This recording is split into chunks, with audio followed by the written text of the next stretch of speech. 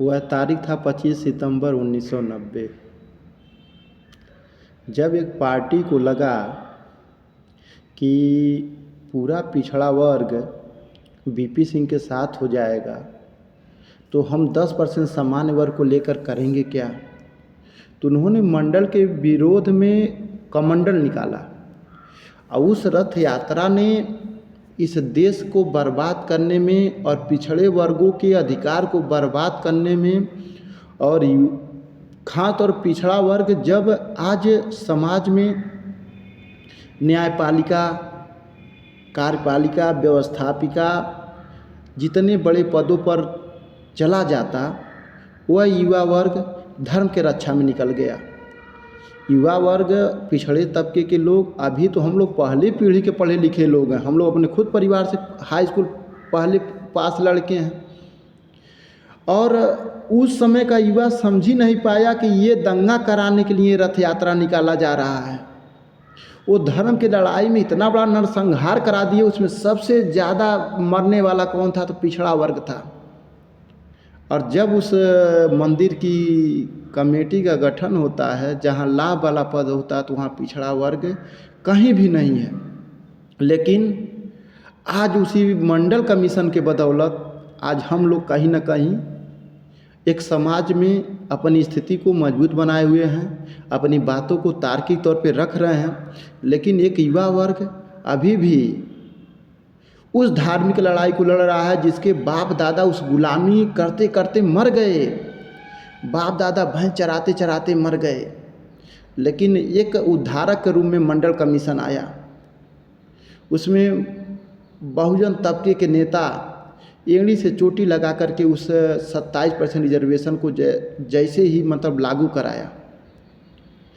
कुछ लोगों ने इस मन में ये ठान लिया कि अगर ये कहीं पिछड़ा वर्ग अपने शिक्षा स्वरोजगार पर जागरूक हो गया तो ये धर्म के नाम पर बेवकूफ़ किनको हम बनाएंगे।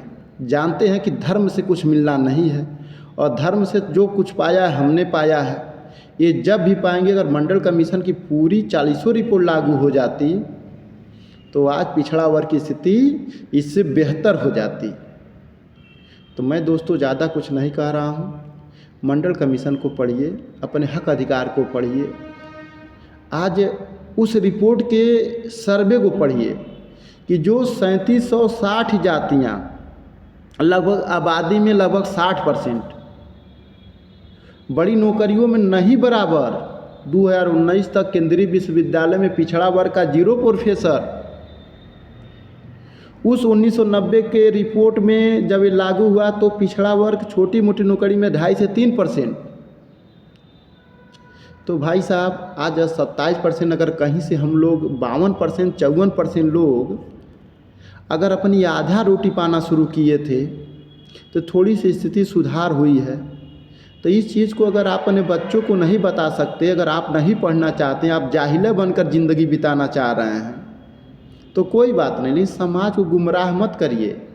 आपकी धार्मिकता हमारे मूल अधिकारों को बर्बाद कर रही है। आपका पाखंड, अंधविश्वास, हमारे पुरखों का बलिदान और त्याग बर्बाद हो रहा है आपके अंधविश्वास और पाखंड में। आपका कहीं से तार्किक प्रमाण नहीं है। आप जितने पाखंड फैला लीजिए समाज में, आपका कल्याण मंडल कमीशन से होगा, संविधान में से होगा। और जब भी सर्वे होगा, जहाँ भी आपकी स्थिति आगे बढ़ेगी, तो वहाँ पर आपकी भागीदारी यही मंडल कमीशन लागू कराएगा। अपने बच्चों को, अपने भाइयों को, अपने दोस्तों को इन सब चीज़ों को बताइए। भाग्य दुर्भाग्य से आपने बहुत सारा समय गलत जगहों पर धार्मिक उन्मादों में बिता दिया है, तो कोई ज़रूरी थोड़ा ना कि अगर आदमी शुरू में कहीं गलत संगत में पड़ जाता है, गलत चीज़ों को ग्रहण कर लेता है, तो उसका त्याग कर सकता है। उस पाखंड से अब पूरे समाज को गंदगी मत फैलाइए। उस पाखंड से आपका भी कल्याण नहीं होगा। आप भी बीमार पड़ेंगे तो आप बढ़िया से बढ़िया अस्पताल खोजेंगे, तो उस अस्पताल में डॉक्टर की ज़रूरत होगी। आप बच्चों को आगे ले जाना होगा तो बड़े से बढ़िया विद्यालय खोजेंगे, वहाँ पे बढ़िया अध्यापकों की ज़रूरत होगी।